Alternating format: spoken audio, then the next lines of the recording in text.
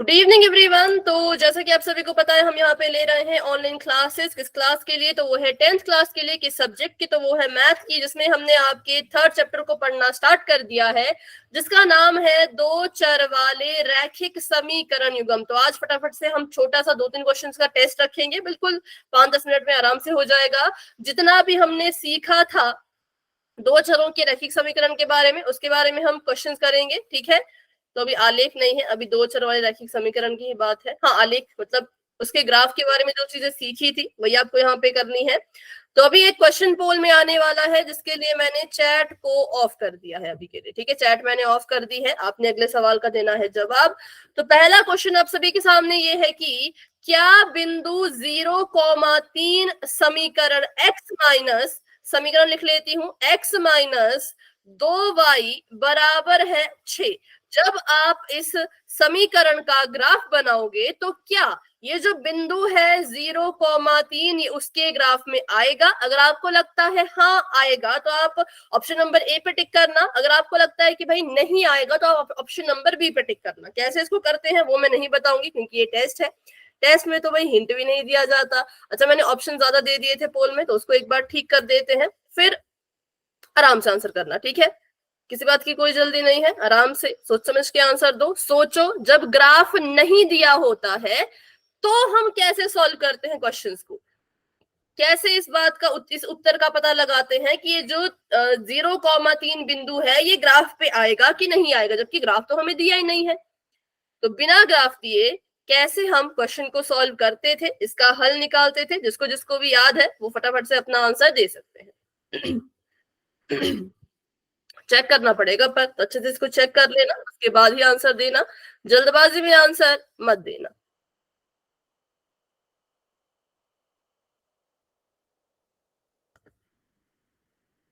और उसके बाद जब पोल एंड हो जाएगा तो मुझे अपनी कॉपी पे दिखाना कहाँ पे आपने इस क्वेश्चन को हल किया, क्योंकि ये तुक्का मारने वाला क्वेश्चन थोड़ी है कि मन किया तो हाँ कर दिया, मन किया तो ना कर दिया। इसको बकायदा चेक करना है, तो चेक करके आंसर निकालो और बाद में मुझे कॉपी दिखा देना जब हमारा पोल एंड होगा उसके बाद, ठीक है।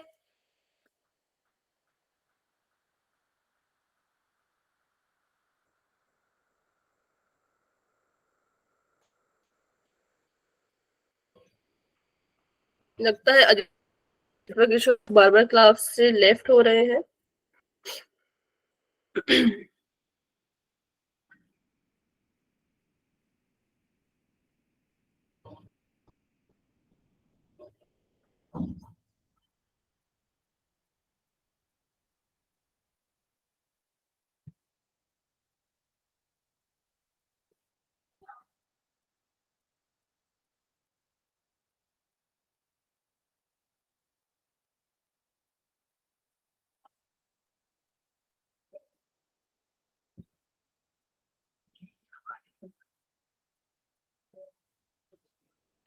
ओके, 12 बच्चों के आंसर आ चुके हैं, वेरी गुड। बाकी बच्चे भी कोशिश करो, सभी ट्राई करो।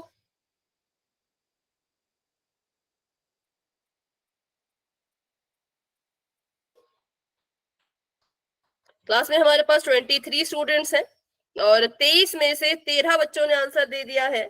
अभी 14 बच्चों ने आंसर दे दिया है और बाकी बच्चे भी कोशिश करते रहो।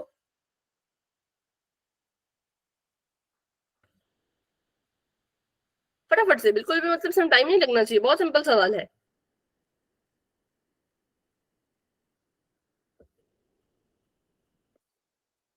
अदिति, अंजू, अभी ठीक हुआ? आप मतलब बार बार क्लास से लेफ्ट हो रहे थे तो कुछ दिक्कत आ रही है क्या?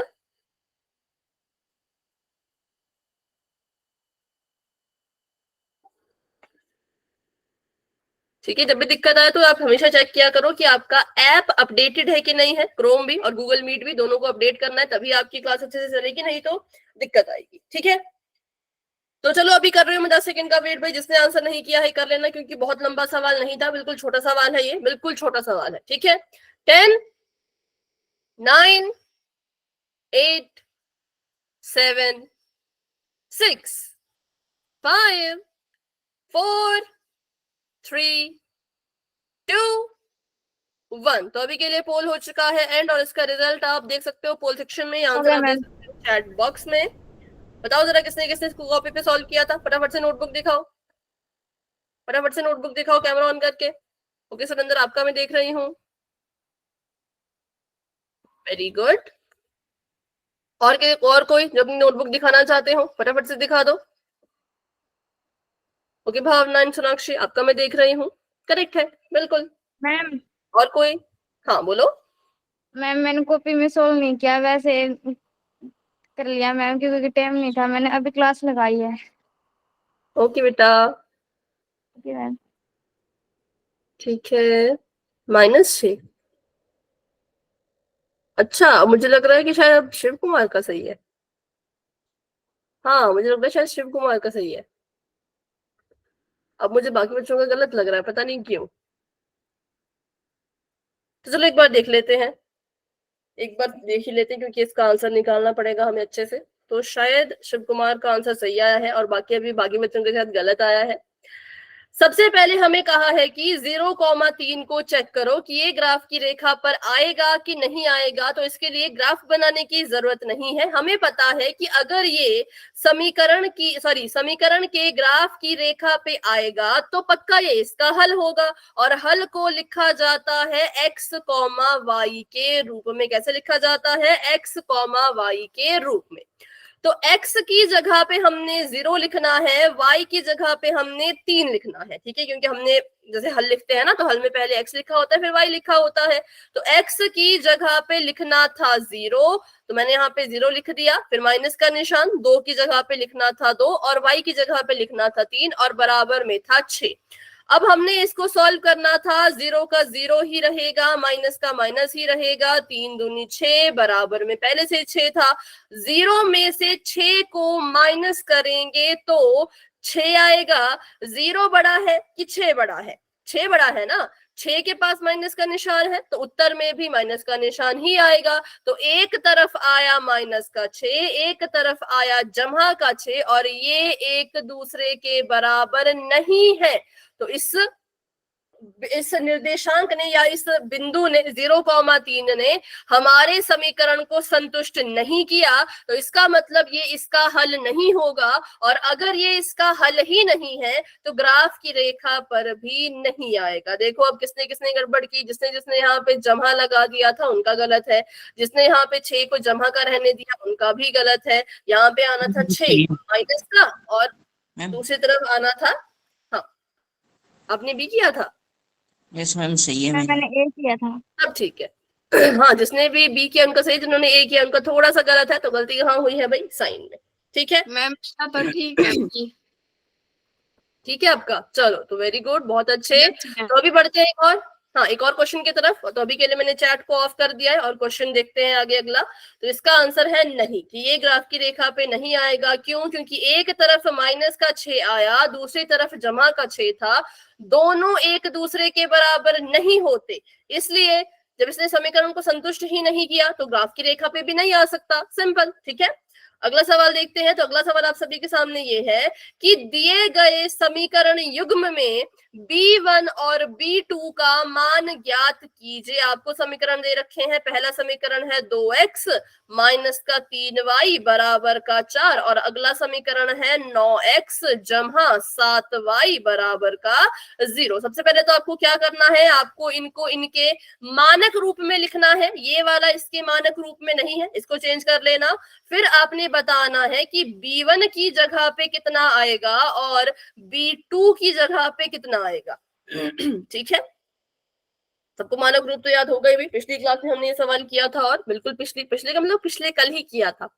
अब तो क्लासेस में भी गैप नहीं है ना, तो बिल्कुल कल ही हमने क्वेश्चन ऐसे किए थे। तो अभी इसको अच्छे से करना, और जो भी आंसर आपको लगता है होना चाहिए वो आपने पोल सेक्शन में जाके हो गया दे मैम। ठीक है, हैंड रेज कर लो जिसने इसने आंसर कर लिया।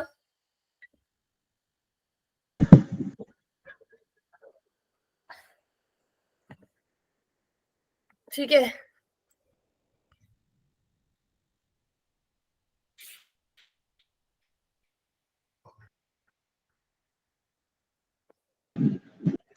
मैम आंसर पोल में देना क्या?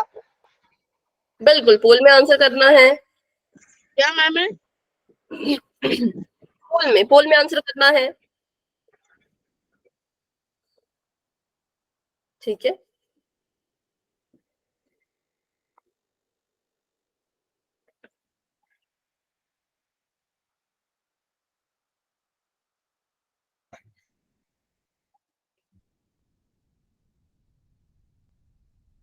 वेरी गुड वेरी गुड, बहुत अच्छा कर रहे हो, बहुत बढ़िया कर रहे हो, सभी कोशिश करो।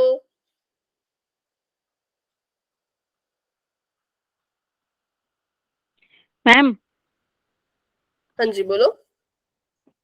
जो पिछला क्वेश्चन था वो पोल रिजल्ट में आएगा? देखते हैं, अगर मेरा मन किया तो आएगा, नहीं तो नहीं आएगा। ठीक है, अगर तो आज क्लास के क्वेश्चन हुए तब तो नहीं आएगा, पर अगर क्लास के क्वेश्चन नहीं हुए तो फिर इन्हीं का रिजल्ट बनाना पड़ेगा। ठीक है।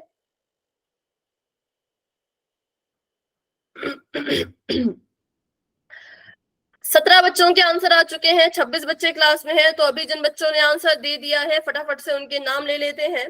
तो अभी आंसर दे चुके हैं सुरेंद्र, पिंकी, जसविंदर, हेमलता, मोनिका, भावना, भावना के साथ सोनाक्षी भी है, मालती, अंशु, काजल, नीरज, विशाल, जतिन, सुनील, गुगन, सरुति, शिव कुमार, विकास। बाकी बच्चे भी कोशिश करो। मुस्कान ने भी आंसर दे दिया है, वेरी गुड। तो अभी तक आंसर नहीं दिया है छोटी, सुरेश, राम भतेरी, नीतू, मनीषा रानी जी के नाम से जो है, कार्तिक मुवल जी के नाम से जो है, देनिका, अदिति, अंजू, हिना, इन सभी बच्चों ने आंसर नहीं किया है। फटाफट से आंसर कीजिए भाई, फटाफट से आंसर कीजिए। ओके बेटा, देनिका ने कर लिया है, क्योंकि बहुत सिंपल छोटे छोटे सवाल है, इतने बड़े सवाल नहीं है ये। ठीक है, तो चलो अभी के लिए करते हैं वेट 10 सेकंड का और बढ़ते हैं आगे। जिन बच्चों ने आंसर नहीं किया 10 सेकंड में अपना आंसर देने की पूरी कोशिश करना। 10, 9, 8, 7, 6, 5, 4, 3, 2, 1। तो अभी के लिए पोल हो चुका है एंड, जिसका रिजल्ट आप देख सकते हो पोल सेक्शन में, आंसर आप दे सकते हो चैट बॉक्स में। तो बिल्कुल सिंपल था। B1 B2 कहाँ होते हैं, तो हम तुलना करते हैं इनकी ऐसे, इसको लिखेंगे A1X जमहा का निशान, इसको लिखेंगे B1Y जमहा का निशान C1 बराबर में 0।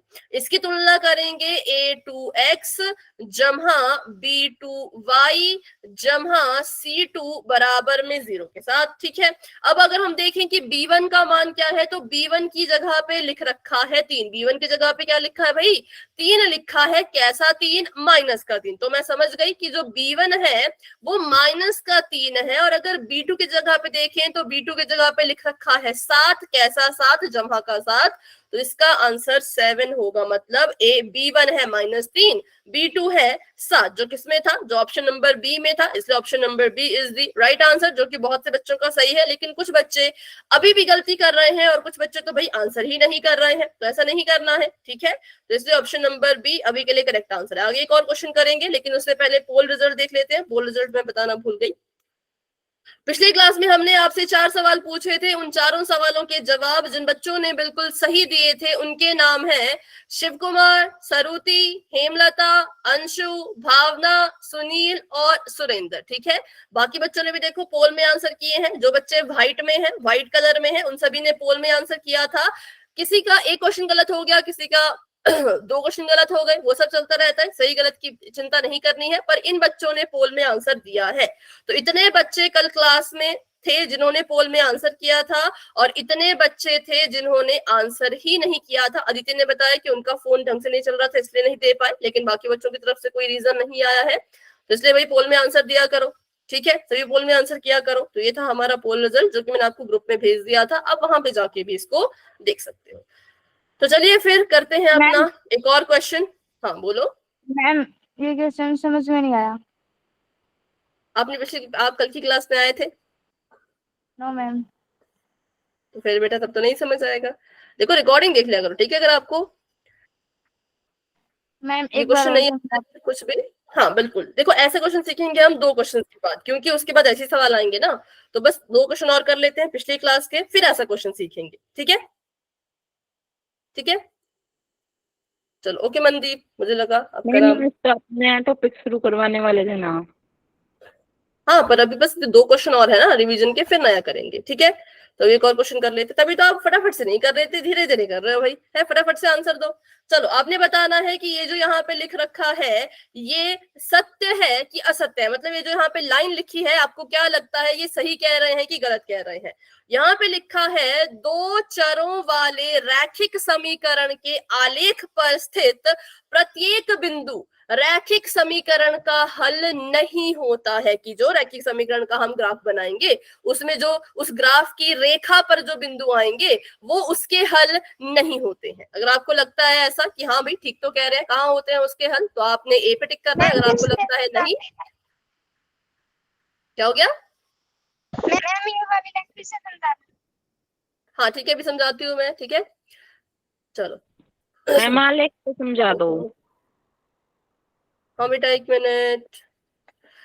तो यहाँ पे आपको क्वेश्चन पूछा है कि 2 चरों वाले रैखिक समीकरण के आलेख पर स्थित प्रत्येक बिंदु, की जो हमने सीखा था कि 2 चरों वाले रैखिक समीकरण का ग्राफ जैसे बनता था, ये कह रहे हैं उस पर, उस ग्राफ की रेखा पर जितने भी बिंदु आते हैं वो रैखिक समीकरण के हल नहीं होते हैं। अगर आपको लगता है कि ये सही कह रहे हैं तो आपने ए पे टिक करना है, लगता है गलत कह रहे हैं तो बी पे टिक करना है, कि जो बिंदु आएंगे हमारी ग्राफ की रेखा पर वो समीकरण के हल नहीं होते हैं।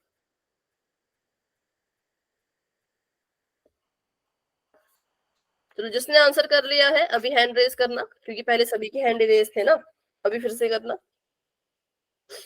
ठीक है ठीक है, वेरी गुड वेरी गुड, सभी कोशिश करो, सभी ट्राई करो।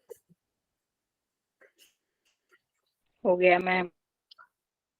ओके ठीक है,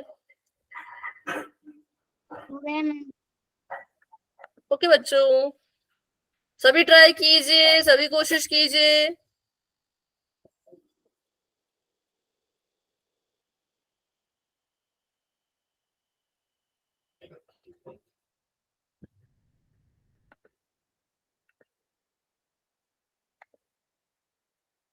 अठारह बच्चों ने आंसर कर दिया है, 25 बच्चे क्लास में हैं, 26 बच्चे क्लास में हैं और 18 बच्चों का आंसर आ चुका है। तो क्योंकि इसके जवाब में ना तो आपने कुछ सॉल्व करना है ना तो आपने कोई गणना करनी है, तो मैं इसमें ज्यादा वेट नहीं करूंगी। 10 सेकंड का आपके पास समय है, 10 सेकंड में अपना आंसर देने की कोशिश करो। 10 9 8 7 6 5 4 3 2 1। तो अभी के लिए पोल हो चुका है एंड, जिसका रिजल्ट आपको पोल सेक्शन में दिखेगा। आंसर दे सकते हैं आप अपने चैट बॉक्स में। तो इसका आंसर है ऑप्शन नंबर बी, कि ये गलत कह रहे हैं। ये क्या कह रहे हैं? गलत कह रहे हैं, क्योंकि ये कह रहे थे कि आपकी जो ग्राफ की रेखा होगी, मान लो काले रंग की रेखा ग्राफ की रेखा है, ये रेखा कब बनी? जब ये इस बिंदु को इस बिंदु को इस बिंदु को इस बिंदु को छूते हुई गई, तब ये रेखा बनी, है ना। और ये बिंदु तो हम खुद निकाल के करते हैं, ग्राफ में हम क्या करते हैं, इन बिंदुओं को निकालते हैं, फिर इन्हीं बिंदुओं से अपनी रेखा को गुजरने के लिए कहते हैं। तो इसका मतलब ये होता है कि ग्राफ पर जितने भी बिंदु आते हैं वो सभी उसके हल होते हैं। पर ये तो मना कर रहे थे, ये कह रहे थे कि नहीं होते। जी नहीं, वो उसके हल होते हैं, ठीक है। तो इसलिए ये जो कथन है ये गलत है, असत्य है कि ये हल नहीं होंगे। अगर कोई बिंदु ग्राफ की रेखा पे आ रहा है तो वो उसका हल होता ही होता है। अगर आपको ये चीज समझ आ चुकी है तो चलिए एक और क्वेश्चन करेंगे, फिर हम नया टॉपिक स्टार्ट करेंगे। तो अभी के लिए चैट हो चुकी है ऑफ, आखिरी सवाल है ये आपका पोल का, फिर आगे बढ़ेंगे।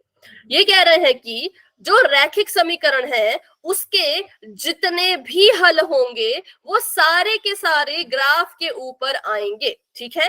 जो रैखिक समीकरण होगा उसके जितने भी हल होंगे वो सभी आपको ग्राफ की रेखा पर मिलेंगे। अगर आपको लगता है हाँ सही कह रहे हैं तो ऑप्शन नंबर ए पे टिक करना, आपको लगता है कि नहीं गलत कह रहे हैं तो फिर बी पे टिक करना। 1 मिनट मैम समझाना है रुक जाओ बेटा, 1 मिनट, बस 1 मिनट, एक बार पोल ओपन कर दूं मैं फिर समझाती हूँ, ठीक है।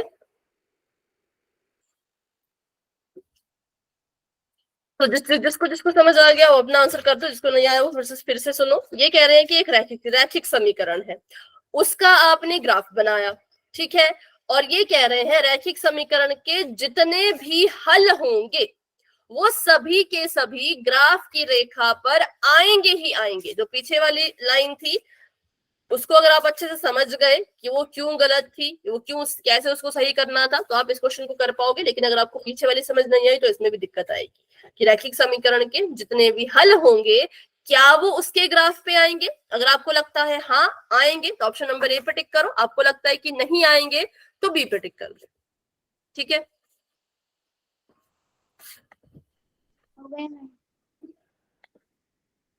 जिनका हो चुका है वेरी गुड वेरी गुड सभी। ओके हैंड रेज कर लो, हैंड रेज कर लो, जिसका भी हो गया बस अपना हैंड रेज कर लो। जो बच्चे पोल में आंसर नहीं दे रहे, मैंने आपको अभी अभी पोल रिजल्ट दिखाया, उसमें मैंने आपको ऐसे बच्चे दिखाए जो लाल रंग से उनके नाम पे मतलब मार्क किया गया था क्योंकि वो पोल में आंसर नहीं दे रहे थे। तो क्या आप भी उन बच्चों की तरह बनना चाहते हो? आंसर किया करो पोल में, सही करो गलत करो पर आंसर करो। मुझे लाल रंग में किसी का नाम नहीं चाहिए। क्लास में आए हो, पढ़ रहे हो, तो मुझे कैसे पता चलेगा? पोल में आंसर करोगे तभी तो पता चलेगा ना। तो इसलिए आंसर किया करो भाई। बहुत से बच्चे अभी भी आंसर नहीं कर रहे, तो अगले पोल के रिजल्ट में आपके नाम के आगे रेड मार्क दिखेगा, ठीक है। हाँ बोलो सुरेंद्र, कुछ कह रहे थे आप? ओके मोनिका, ठीक है। 19 बच्चों के आंसर आ चुके हैं। इस क्वेश्चन में भी ज्यादा कुछ नहीं करना है, बस पोल में जाके आंसर देना है, हाँ या ना का, सत्य या असत्य का। तो अभी कर रही हूँ मैं 10 सेकेंड का वेट, जिसने आंसर नहीं किया आंसर कर देना। 10 9 8 7 6 5 4 3 2 1। तो हमारे पास क्लास में थे 27 बच्चे, 27 में से सिर्फ 22 बच्चों ने आंसर किया, 8 नहीं।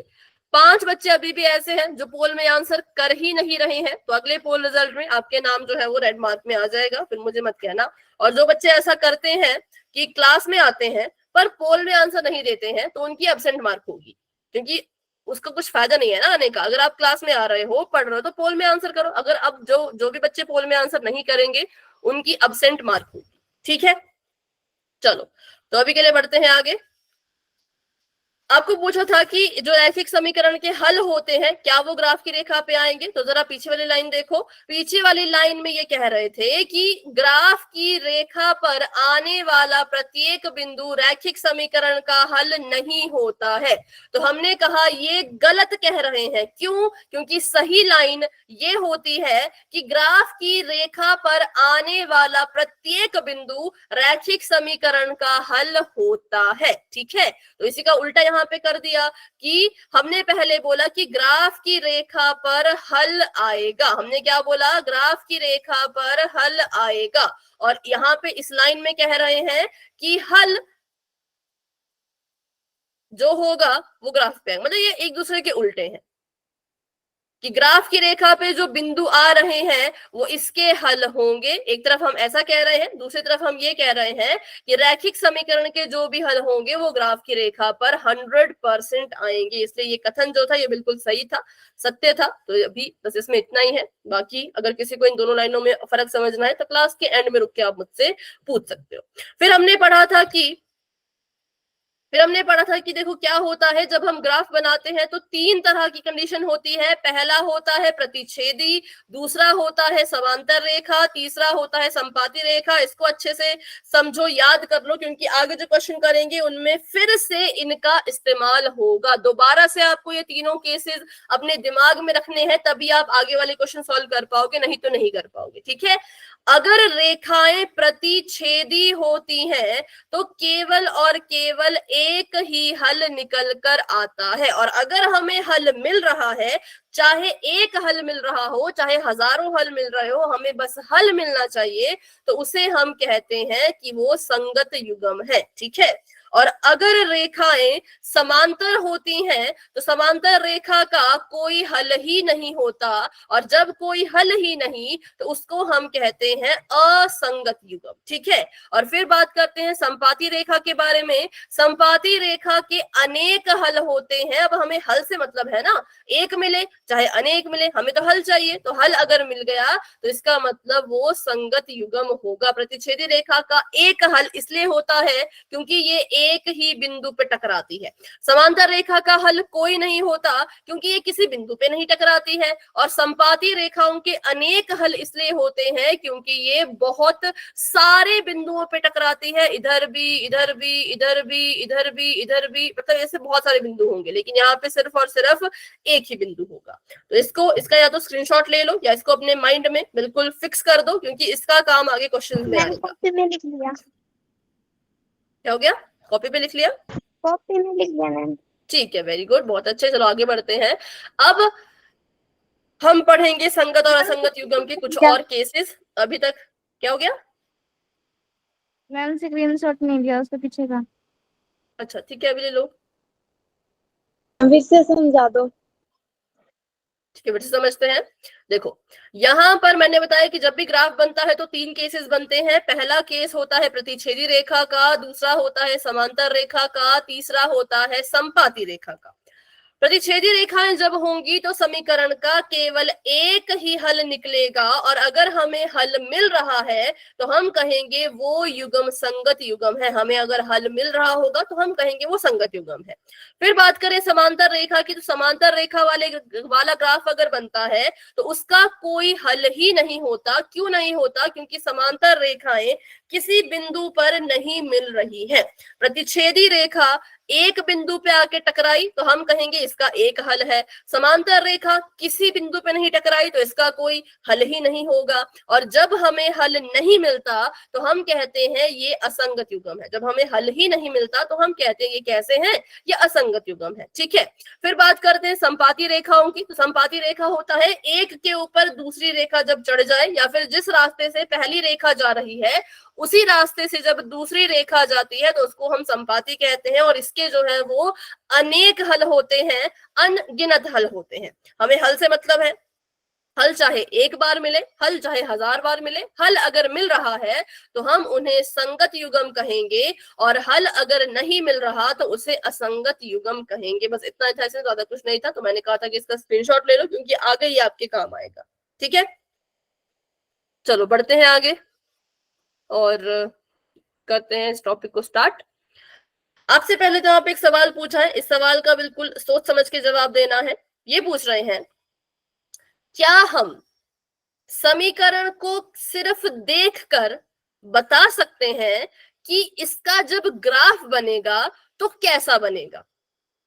हाँ या ना? सिर्फ समीकरण को देख के, अभी ग्राफ नहीं बनाया। इसमें यहाँ पे लिखो, चलो मैं लिखती हूँ यहाँ पर 2x देख सकते माइनस 4y जमा 5 बराबर 0, और यहाँ पे लिखती हूं मैं 4x माइनस 8y जमा 10 बराबर 0। बताओ जरा, इन दोनों समीकरणों को क्या सिर्फ देख के बता सकते हो कि इसका ग्राफ कैसा होगा? अनेक हल होंगे मैम इसके। कैसे बता? एक अनेक की बात नहीं मैं कर रही, मुझे आप ये बताओ, सिर्फ इन समीकरणों को देख के आप बता सकते हो कि रेखाएं प्रतिच्छेदी होंगी या समांतर होंगी या संपाती होंगी? सिर्फ देख के बता सकते हो या ग्राफ बनाना पड़ेगा? देख के भी बता सकते हैं मैम। बताओ फिर। तो फिर मैंने आपको दे दिया समीकरण, बताओ। मैम ये 2 और 4 है ना, इनको बटे में लिख लेंगे, फिर इनको काट देंगे मैम, फिर 1/2 आएगा। ठीक है, उसके बाद 4 है और 8 है, इसको बटे में लिख लेंगे मैम, फिर इनको काट के भी 1/2 आएगा, और 5 और 10 को भी बटे में लिखेंगे तो 1/2 आएगा मैम। ये तीनों बराबर हो जाते हैं तो मैम संपाती रेखा होती है। ठीक है, चलो तो वेरी गुड, मतलब आपको ये चीजें पहले से ही पता है, तो आप इस टॉपिक को बहुत अच्छे से कर पाओगे। ठीक है, तो बिल्कुल सही इन्होंने बताया कि इस तरीके से निकालते हैं, पर अभी तरीका नहीं पूछा, सिर्फ इतना पूछा कि देख के बता सकते हो कि नहीं। तो बहुत से बच्चों ने कहा कि हाँ, हम सिर्फ और सिर्फ समीकरण को देख के बता सकते हैं कि इसका जो ग्राफ होगा वो कैसा होगा, वो प्रतिच्छेदी होगा, वो संपाती होगा या वो समांतर होगा। एक बार आपको ग्राफ का पता चल गया, फिर आप बता पाओगे कि हल कितने हैं। एक बार आपको हल का पता चल गया, फिर आप बता पाओगे कि संगत कहना है कि असंगत कहना है। इसलिए मैंने कहा कि ये जो तीनों आपकी चीजें हैं, इन तीनों को आपने बिल्कुल अच्छे से याद रखना है। अगर ये तीनों आप भूल गए तो क्वेश्चंस करने में बहुत दिक्कत होगी, बहुत ज्यादा। तो इसको बिल्कुल अपने दिमाग में बैठा लो। ठीक है, चलो आगे बढ़ते हैं। तो इसका आंसर है हाँ, कि हम सिर्फ और सिर्फ समीकरणों को देख के पता लगा सकते हैं कि ग्राफ कैसा होगा। उसके लिए हमें ग्राफ बनाने की जरूरत ही नहीं है, बस समीकरण को देखेंगे, एक फॉर्मूला लगाएंगे और हमें पता चल जाएगा कि ग्राफ कैसा होगा। ठीक है, तो ये था वो। अभी पिंकी ये वाली चीज ध्यान से सीखना, क्योंकि जो क्वेश्चन आप पूछ रहे थे ना वो इस तरह का था। ठीक है, तो ये होता है मानक रूप किसका? दो चर वाले रैखिक समीकरण युग्म का। किसका? दो चर वाले रैखिक समीकरण युग्म का ये मानक रूप है। युग्म मतलब दो के जोड़े। तो मैं यहाँ पर अगर कोई समीकरण लिखूं, मान लो मैंने लिखा 5x - y जमा 8 बराबर में 0, और मैंने लिखा 10x जमा y जमा 9 बराबर में 0। तो ये दोनों क्या है? ये दोनों रैखिक समीकरण युग्म है। अब हम क्या करते हैं, पहले समीकरण की तुलना करते हैं किससे? तो a1x किससे तुलना करते हैं? a1x जमा का निशान b1y जमा का निशान c1 बराबर में 0। और दूसरे समीकरण की तुलना करेंगे हम a2x के साथ जमा b2y के साथ जमा c2 के साथ और बराबर में 0। तो ऐसे हमने तुलना करनी होती है। ठीक है, जिसको यहाँ तक क्लियर है वो वाई टाइप करो, जिसको डाउट है वो पूछो। पिंकी स्पेशली आप क्योंकि लास्ट क्लास में नहीं थे, और भी जो बच्चे लास्ट क्लास में नहीं थे वो दोबारा से पूछ सकते हैं। दोबारा बताना। दोबारा, बिल्कुल ठीक है। अब देखो दोबारा हाँ, ठीक है, देखो ठीक है हाँ, देखो हम बात कर रहे हैं रैखिक समीकरण के युग्म की। किसकी बात कर रहे हैं? युग्म की। युग्म का मतलब होता है जोड़ा। क्या होता है युग्म का मतलब? जोड़ा। कितने का जोड़ा? तो दो का जोड़ा। कितने का जोड़ा? तो दो का जोड़ा। ठीक है, दो के जोड़े को बोलते हैं युग्म। तो अब आपको जब भी सवाल आएगा, आपको एक अकेला समीकरण नहीं दिखेगा, आपको हमेशा ही दो समीकरण दिखेंगे अपने हर सवाल में, जो चैप्टर नंबर 3 से होगा। उसके हर सवाल में आपको क्या दिखेंगे? दो समीकरण एक साथ दिखेंगे। तो उसका मानक रूप हम कैसे लिखते हैं?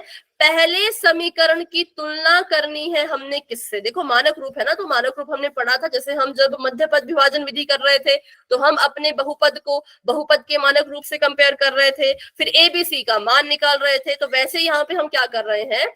दो चर वाले रैखिक समीकरण युग्म का मानक रूप लिख के उसको सॉल्व कर रहे हैं। ठीक है, तो हर बार हर समीकरण में, हर क्वेश्चन में जो पहला समीकरण होगा उसकी तुलना आपने करनी है a1x b1 जमा b1y जमा c1 बराबर है 0 के साथ। बताओ इतना समझ आया? Yes ma'am. पहले समीकरण की तुलना a1x जमा b1y जमा c1 बराबर 0। ये 1 2 क्यों लिख रहे हैं? 1 2 लिखना बहुत जरूरी है, क्योंकि पहले समीकरण को दर्शाने के लिए हम a1 b1 c1 का इस्तेमाल करते हैं, और दूसरे समीकरण को दर्शाने के लिए a2 b2 c2 का इस्तेमाल करते हैं। ठीक है, तभी तो इनके बीच में अंतर पता लगेगा। पहले समीकरण को कंपेयर कर दिया इसके साथ, और दूसरे समीकरण की तुलना कर दी a2x b2y और c2 के साथ। ठीक है, अब हमने क्या करना है? अब हमने यहां से मान पता करना है किसका किसका? तो a1 का, b1 का, c1 का। उसके बाद मान पता करना है किसका? तो a2 का, b2 का, c2 का। मैं बीच बीच से पूछूंगी। ठीक है, अगर मैं आपको बोलूं आप मुझे c2 का मान बताओ, c2 9, बिल्कुल C2 9 के बराबर है, क्योंकि C2 की जगह पे 9 लिखा है, तो C2 क्या है? 9 है। अगर मैं आपको बोलूं B1 का मान बताओ, -1 1 या -1? बिल्कुल -1, ठीक है। ये भी आपको आना चाहिए क्योंकि आगे जो सवाल करेंगे उसमें बहुत जरूरी है A1 B1 C1 A2 B2 C2 का मान निकालना बहुत जरूरी है। अगर ये गलत किया तो पूरा क्वेश्चन गलत, ठीक है। और उसके बाद अगर मैं आपसे पूछूं कि A2 का मान क्या है, A2 10 मैम 10, बिल्कुल। और अगर मैं बोलूं C1 का मान क्या है, 8 मैम 8, बिल्कुल। और अगर मैं बोलूं A1 का मान क्या है, 5, ठीक है। और B2 का मान कितना है, 1 प्लस का माइनस का, प्लस का 1 मैम किसी ने माइनस कहा था, अभी है 1, ठीक है। क्योंकि B2 की जगह पे कुछ नहीं लिख रखा, जहां कुछ नहीं होता वहां पे 1 होता है। तो बस इतना ही हमने सीखा था, पिछली क्लास में ऐसे सवाल हमने किए थे। तो एक बार रिकॉर्डिंग भी देख लेना भाई, जिसने भी पिछली क्लास को मिस कर दिया कोई बात नहीं, उसकी रिकॉर्डिंग देख लेना, उसमें हमने बहुत से सवाल किए थे, ठीक है। आगे बढ़ते हैं, क्या हो गया, अब ये कह रहे हैं कि आपको जब 2 समीकरण दिए गए होंगे और आप यहाँ पर ये पता लगा रहे हो कि इसका ग्राफ कैसा होगा। आपको यहाँ पे 2 समीकरण दे रखे हैं और आपने पता लगाना है कि इसका ग्राफ कैसा होगा बिना ग्राफ बनाए, ठीक है। तो आप क्या करोगे, आप इन 3 केसेस को चेक करोगे। केस नंबर 1 आप चेक करोगे कि A1 बटा A2 और B1 बटा B2 क्या ये बराबर है।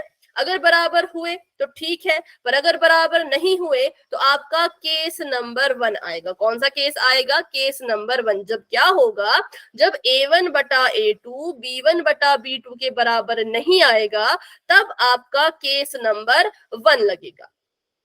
फिर आपने चेक किया, आपने देखा कि भाई A1 बटा A2 जो था B1 बटा B2 के भी बराबर है और C1 बटा C2 के भी बराबर है। मतलब पहले वाले केस में दोनों बराबर नहीं थे, दूसरे वाले केस में तीनों ही बराबर है, ठीक है। और तीसरा केस देखते हैं, तो तीसरे वाले केस में क्या हुआ, A1 बटा A2 B1 बटा B2 के बराबर तो है, पर C1 बटा C2 के बराबर नहीं है। तो आपको ये 3 केसेस अच्छे से याद रखने हैं। ये 3 केसेस में से आपको चेक करना है कि कौन सा केस आपके समीकरण के साथ हो रहा है।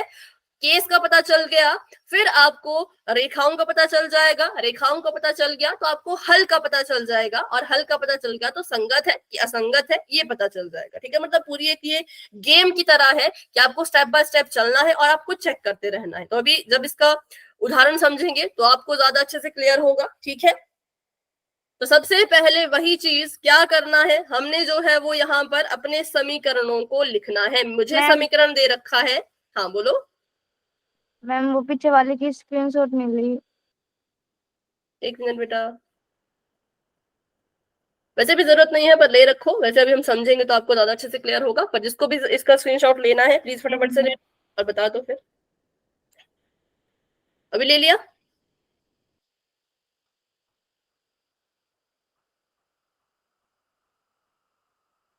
बताओ अभी स्क्रीनशॉट ले लिया।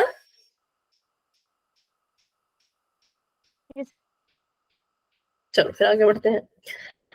तो आपको यहाँ पे ये समीकरण दे रखा है और आपको बोला है कि पता करो इसका ग्राफ कैसा होगा, पता करो इसका ग्राफ कैसा होगा। तो नंबर 1 आपका काम ये है, क्या हो गया, फर्स्ट केस लगेगा ना मैम इसमें? चेक करते हैं बेटा। तो पहला समीकरण लिख दिया और दूसरा समीकरण भी लिख लेते हैं। दूसरा समीकरण है 4x जमा का 3y जमा का 8 बराबर में 0। सबसे पहला जो आपका काम है वो ये है कि इनकी तुलना इनके मानक रूप से कीजिए। मतलब पहले समीकरण की तुलना करनी है A1x जमा का निशान B1y जमा का निशान C1 बराबर में 0, और दूसरे समीकरण की तुलना करनी है A2x जमा का निशान B2y जमा का निशान C2 बराबर में 0। सबसे पहला काम हो गया तुलना करना। दूसरा काम है कि A1 B1 C1 का मान निकालो और A2 B2 C2 का मान निकालो। तो चलो भाई निकालो फटाफट से A1 B1 C1 का मतलब बताओ मुझे। A1 2 ma'am 2 ma'am 2, B1, 4 ma'am, C1, 4 ma'am, 4 ma'am. 4, ठीक है। A2, 4 मैम, B2 3 मैम, और C2 8 मैम, 8, ठीक है। अब हमने क्या करना है, अब हमने इनका अनुपात निकालना है, इनका रेशो निकाल। कोई किसी ने कुछ कहा क्या? अगर कुछ नहीं कह रहे तो बेटा माइक ऑफ कर दो, ठीक है। अब हमने A1 B1 C1 A2 B2 C2 इनका मान निकाल लिया है। अब हम क्या करेंगे, अब हम इनका रेशो निकालेंगे, इनका बटा निकालेंगे। बटा कैसे निकालते हैं तो ध्यान रखना बिल्कुल, A1 के बटे में A2 ही लिखना है, कुछ और मत लिख देना। तो हम लिखेंगे यहाँ पर A1 बटा A2। A1 की जगह पे कितना है, 2 है। A2 की जगह पे कितना है, 4 है। तो A1 बटा A2 निकालो, कितना आएगा, तो काटो इनको। 1/2 मैम। 1/2, बिल्कुल ठीक है। 2 1 कम 2, 1/2 मैम, 2 1 कम 2, 2 दूनी 4, तो ये आ गया 1/2। उसके बाद हम निकालेंगे B1 बटा B2। तो B1 कितना है, 4/3, ठीक है। हाँ मतलब 4/3 आ गया ये। क्या ये कट सकते हैं आपस में? No ma'am. No ma'am. नहीं कर सकते, ठीक है। तो अब हमने पहले तो ये चेक करना है इन दोनों को। अभी हमें C1 C2 निकालने की जरूरत नहीं है, अभी सिर्फ इन दोनों को चेक करो। तो मैंने देखा कि जब मैंने A1 बटा A2 निकाला तो वो 1/2 आया, B1 बटा B2 निकाला तो 4/3 आया। इसका मतलब जो A1 बटा A2 था वो B1 बटा B2 के बराबर नहीं आ पाया। क्या हुआ, बराबर नहीं आ पाया। तो जब ये बराबर नहीं आते हैं तो रेखा कैसी होती है, सरल। सरल। सरल तो होगी, और कैसी होगी? उन 3 केस से बताओ ना, प्रतिच्छेदी, संपाती या समांतर। समांतर मैम। समांतर, पक्का? नहीं, नो मैम। प्रतिच्छेदी। कैसी होगी, प्रतिच्छेदी। प्रतिच्छेदी। अच्छा चलो इसको याद करने की एक ट्रिक बनाते हैं, ठीक है। इसको याद करने का एक तरीका ढूंढते हैं आसान सा, ताकि आपको ये हमेशा हमेशा के लिए याद रहे। ध्यान रखना, A1 बटा A2 और B1 बटा B2 एक दूसरे के बराबर नहीं आ पाए। बराबर नहीं आ पाए तो मतलब इनमें लड़ाई हो गई। जब इनको बराबर चीज नहीं मिल पाई, A1 बटा A2 को आधा ही मिला और B1 बटा B2 को 4/3 मिल गया, तो इसका मतलब यह है कि भाई ये बराबर नहीं आ पाए।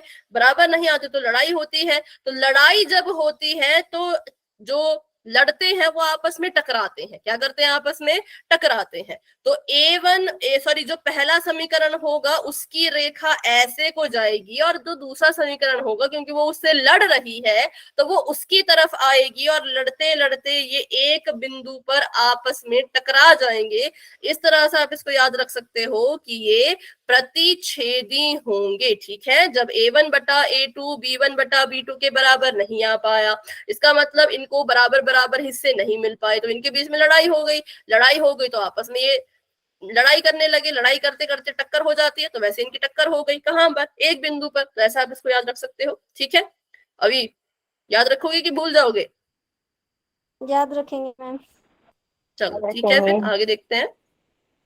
अब बताओ, रेखा अगर प्रतिच्छेदी है सॉरी, तो इसके हल कितने होंगे? एक मैम, ठीक है, रेखा अगर प्रतिच्छेदी है तो हल कितने होंगे? हल होगा 1। और अगर इसका हल 1 है, ठीक है, तो मुझे बताओ ये संगत होगा कि असंगत होगा? संगत, बिल्कुल, हल निकल रहा है ना, हमें तो हल से मतलब है, हल निकलना चाहिए, तो इसलिए हम कहेंगे कि ये क्या है, ये संगत है। ठीक है, ये क्या है, ये संगत युग्म है। अब आपने एक और चीज यहाँ पे बिल्कुल ध्यान रखनी है कि आपकी जो किताब में है, एक हल को क्या कहा जाता है, जो आपकी किताब में है उसमें एक हल नहीं लिखते, उसमें लिखते हैं कि हल जो है वो अद्वितीय होगा। क्या होगा? अद्वितीय। अद्वितीय का मतलब होता है इकलौता। अद्वितीय होता है ऐसी चीज जो दुनिया में एक ही है।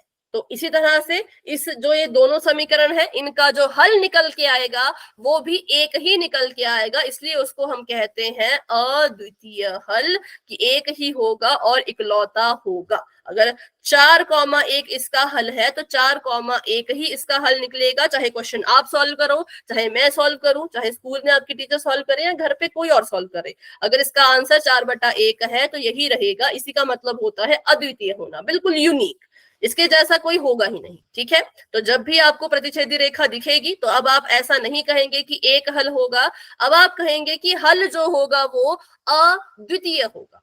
ठीक है, ठीक है, चलो तो इसका अगर आपको स्क्रीनशॉट लेना है पूरे पेज का तो ले सकते हो, और अगर ले लिया है तो फटाफट से वाई टाइप करो ताकि हम आगे बढ़ सकें।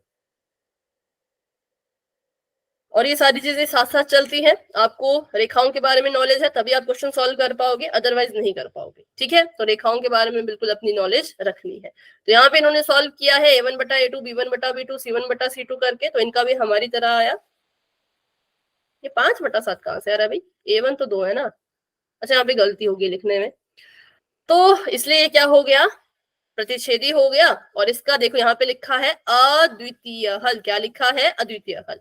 और ये कैसा युग्म है, तो ये संगत है। ठीक है, चलो आगे बढ़ते हैं। अब बात करते हैं अगले क्वेश्चन की। तो अगले क्वेश्चन में भी देखो स्टेप्स तो वही होंगे, बिल्कुल सेम होंगे।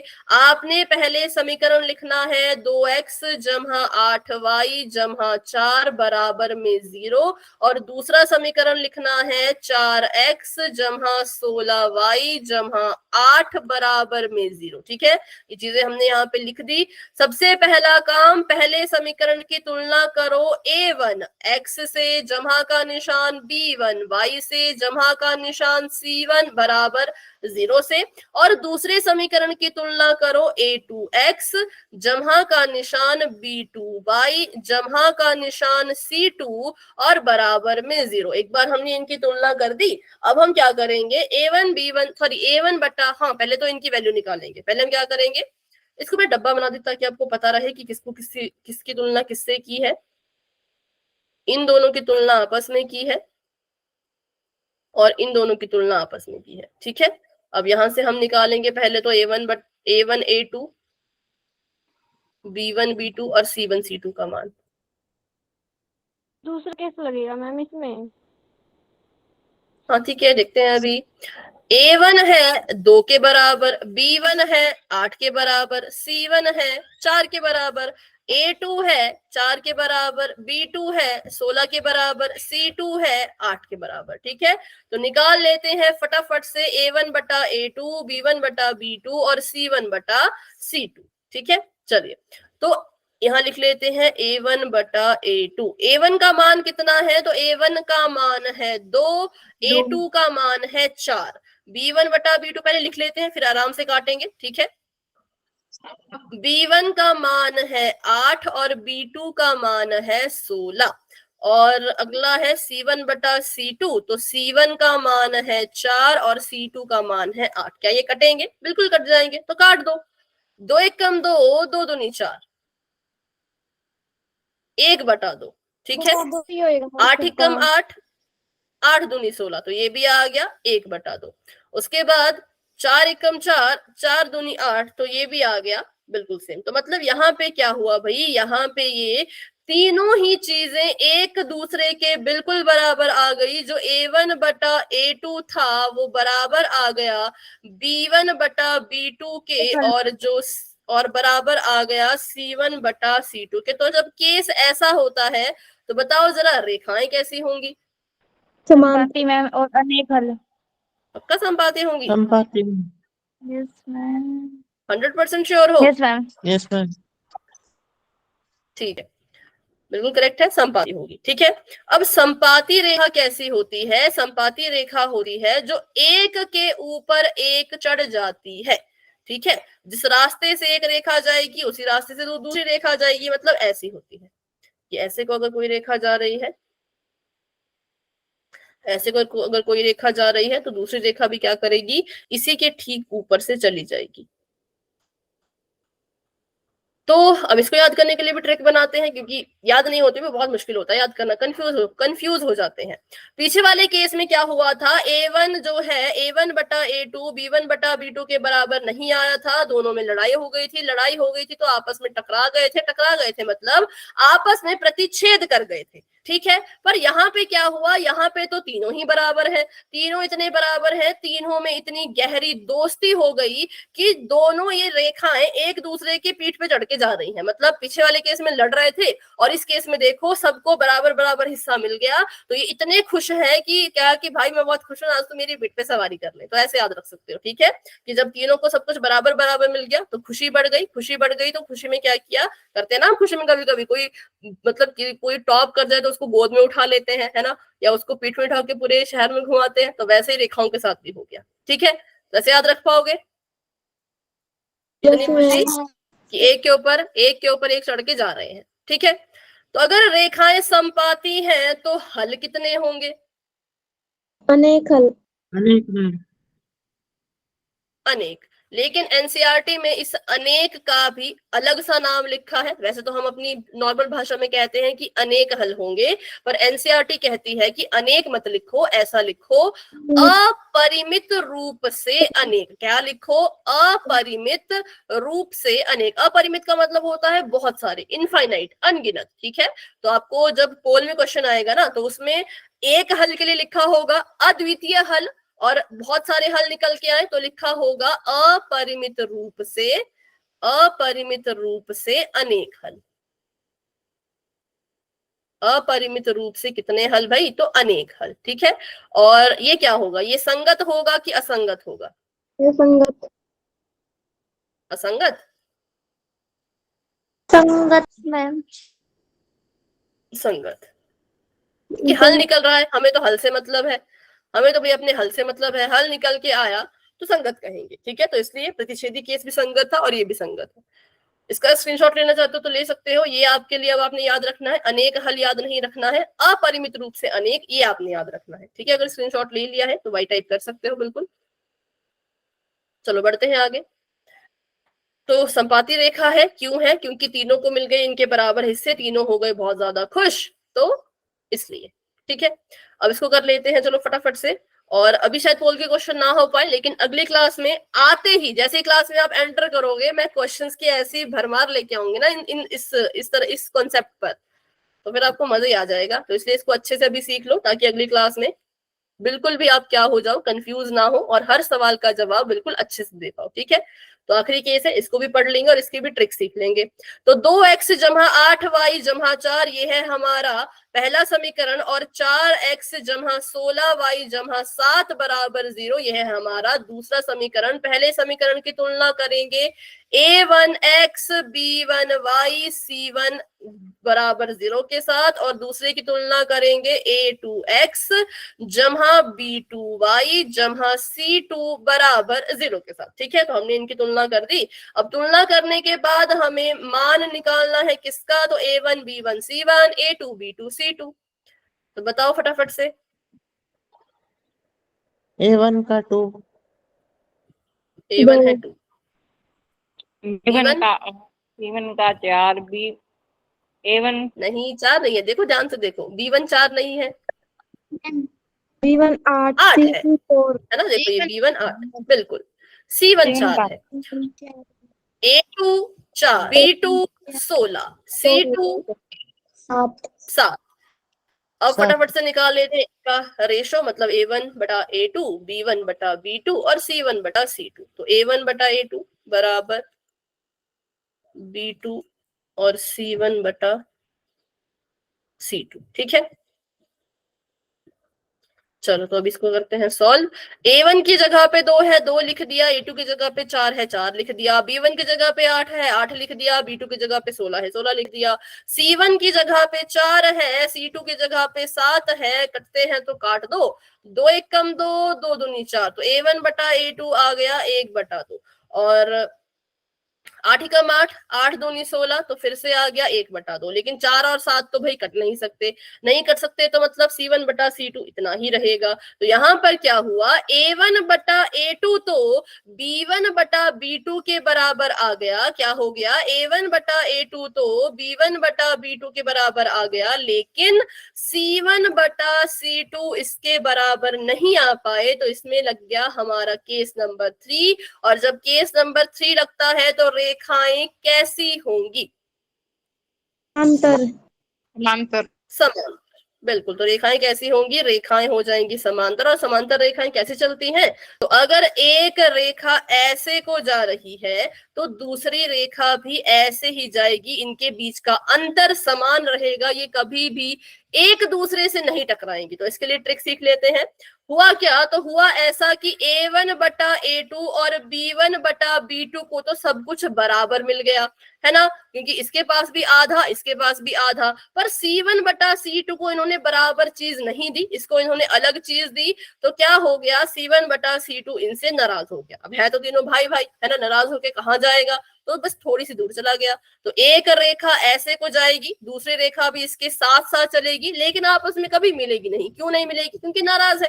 जब A1/A2 और B1/B2 को बराबर चीजें दी तो C1/C2 को क्यों नहीं दी, तो इसलिए C1/C2 हो गया नाराज। तो इसलिए दोनों रेखाएं क्या करेंगी, चलेंगे साथ साथ लेकिन दूर, चलेंगे साथ साथ लेकिन दूर। ठीक है, तो ऐसा आप इसको याद रख सकते हो। और अगर रेखा समांतर है तो हल कितने होंगे, कोई हल नहीं होगा। बिल्कुल, कोई हल ही नहीं होगा, कोई हल नहीं होगा। और जब कोई हल ही नहीं होता इसको क्या कहते हैं, असंगत। असंगत। बिल्कुल, तो ये हमने यहाँ पे कर लिए इसके तीनों केसेस। अभी हमारे पास 4 मिनट है, तो देखते हैं अभी एक सवाल अगर आप कर पाओ तो उसको करेंगे। ठीक है, तो A1/A2 B1/B2 बराबर आ गए, लेकिन C1/C2 को इन्होंने बराबर नहीं लाया, तो वो हो गया नाराज। तो एक यहाँ से जा रहा था और दूसरा यहाँ से जाने लगा। ठीक है,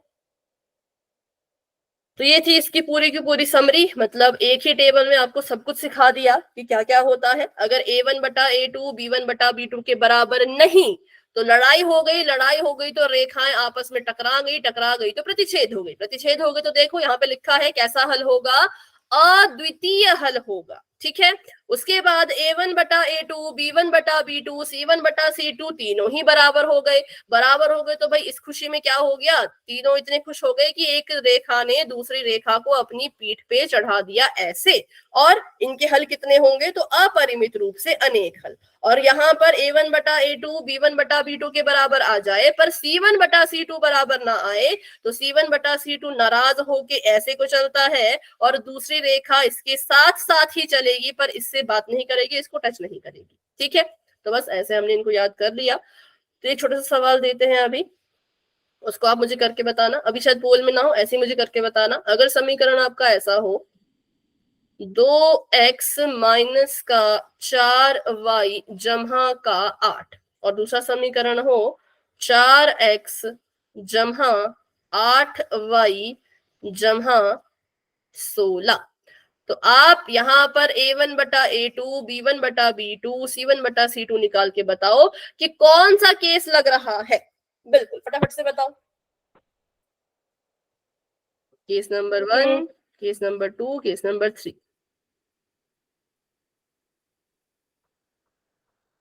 case number 2 case ma'am. Number 2। अच्छा चलो देखते हैं। मैं अब A1 A2 की वैल्यू नहीं लिखूंगी, मैं सीधा A1 A2 निकालूंगी क्योंकि आप बहुत सीख लिया इसको निकालना। A1/A2 है मतलब 2/4, है ना, सभी ने ऐसे किया। B1/B2 है, हाँ बोलो, मतलब 4/8, सभी ने ऐसा किया, है ना। और C1/C2 है 8/16, सभी ने ऐसा किया होगा। दिया होगा तो ये आ गया होगा 1/2, इसको आपने काट दिया होगा ये आ गया होगा 1/2, इसको आपने काट दिया ये आ गया 1/2, है ना। लेकिन ये थोड़ा सा गलत है। गलत क्यों है तो ध्यान से देखो, जब आपने B1/B2 निकाला तो B1 का मान कैसा था, माइनस माइनस का, तो माइनस का 4 यहाँ पे होगा। और भाग में क्या होता है, अगर एक चीज माइनस की हो दूसरी चीज प्लस की हो तो प्लस माइनस उत्तर में माइनस ही आता है। तो इसलिए C1 बटा C2 निकालने की जरूरत ही नहीं थी, क्योंकि इसमें लगा केस नंबर 1 कि जो A1 बटा A2 है वो B1 बटा B2 के बराबर है ही नहीं बराबर। क्यों? क्योंकि ये जमहा में आ रहा है, ये माइनस में आ रहा है, कैसे बराबर हो सकते हैं? ठीक है, तो बताओ जरा रेखाएं कैसी होंगी, चलो ये तो बता दो रेखाएं कैसी होंगी। प्रतिच्छेदी। बिल्कुल, प्रतिच्छेदी। प्रतिच्छेदी कैसी होगी? तो भाई रेखा होगी प्रतिच्छेदी, और प्रतिच्छेदी है तो हल कैसा होगा? जो नया शब्द मैंने बताया है वो वाला शब्द बताओ, हल कैसा होगा? अद्वितीय। बिल्कुल, वेरी गुड, अद्वितीय। और अगर अद्वितीय हल है तो इसका मतलब ये क्या होंगे? ये संगत होंगे। कैसे होगा? ये संगत होगा। तो चलिए बस क्लास को अभी यहीं तक रखते हैं। अब इस क्लास में किसको कोई भी, हाँ बोलो, फिर से बोलो बेटा, सुनाई नहीं दिया मुझे। कुछ नहीं। Bye ma'am, good night. Okay, तो अभी किसी का डाउट है तो क्लास में बने रहो, मुझसे पूछो, लेकिन अगर कोई डाउट नहीं है तो आप क्लास को लेफ्ट कर सकते हो। गुड नाइट एंड बाय, मिलते हैं अपनी अगली क्लास में जो कि हाँ अभी सुन लो, जो कि शुक्रवार को होगी, है ना, क्योंकि कल की आपको छुट्टी है अवंती की तरफ से, क्योंकि कल जन्माष्टमी है। तो कल की क्लास का इंतजार मत करना, कल क्लास नहीं होगी, क्लास कब होगी? परसों। ठीक है, चलिए तो अभी के लिए good night and bye bye.